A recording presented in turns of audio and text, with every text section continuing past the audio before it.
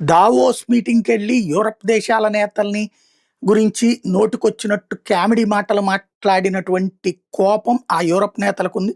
ఓ రకంగా అమెరికా మీదన, అమెరికా అధ్యక్షుడి మీద విరక్తి రాబోయే 3 ఏళ్ళు అమెరికా మీద విరక్తితో మనలాంటి దేశాలతో స్నేహం పెరిగేటట్టుంది. మరోవైపు పుతిన్‌కి కూడా చిరాకేస్తుంది. మొన్ననే గాజా శాంతి దళం ఏదైతే అమెరికా అధ్యక్షుడు ట్రంప్ నేతృత్వంలో పెడతానన్న దాంట్లో చేరతానన్న పుతిన్ దాని మీద పునఃపరిశీలిస్తాం. వ్యూహాత్మక భాగస్వామిని సంప్రదించిన తర్వాతనే దీని మీద నిర్ణయం తీసుకుంటామని తేల్చి చెప్పారు. $1 బిలియన్ విరాళంగా ఇస్తామని చెప్పి ఇప్పుడు మళ్ళీ ఆలోచన రివ్యూ చేస్తామంటున్నారు. ఇంకోవైపున చూస్తే గ్రీన్‌లాండ్ విషయంలో ఏదైతే ట్రంప్ పదే పదే చెప్తోంది ఏంటి గ్రీన్‌లాండ్ రష్యా ఆక్రమించుకోవడం, చైనా ఆక్రమించుకోవడం దాని మీద మాకేమంత ఇంట్రెస్ట్ లేదని తేల్చి చెప్పాడు. అదే సందర్భంలో పుతిన్ తేల్చి చెప్పుకొచ్చారు. ఈ సమస్య అమెరికా, డెన్మార్క్‌లు కలిసి పరిష్కరించుకోవాలి. మేము అందులో ఏమి ఇన్వాల్వ్ కాము. అసలు మేము అక్కడేమి స్థావరం పెట్టాలనుకోవట్లేదని తేల్చి చెప్పాడు. డెన్మార్క్ అసలు వాస్తవం గ్రీన్‌లాండ్‌ని ఒక భాగంగా మాత్రమే చూస్తుంది. దాని మీద వివక్ష చూపించడమేం లేదు మాకు తెలిసినంత వరకు అని స్పష్టం చేశాడు. ఈ వ్యవహారం మీద అసలు ఎవరు ఆసక్తి చూపిస్తున్నారని కూడా నేను అనుకోవడం లేదు.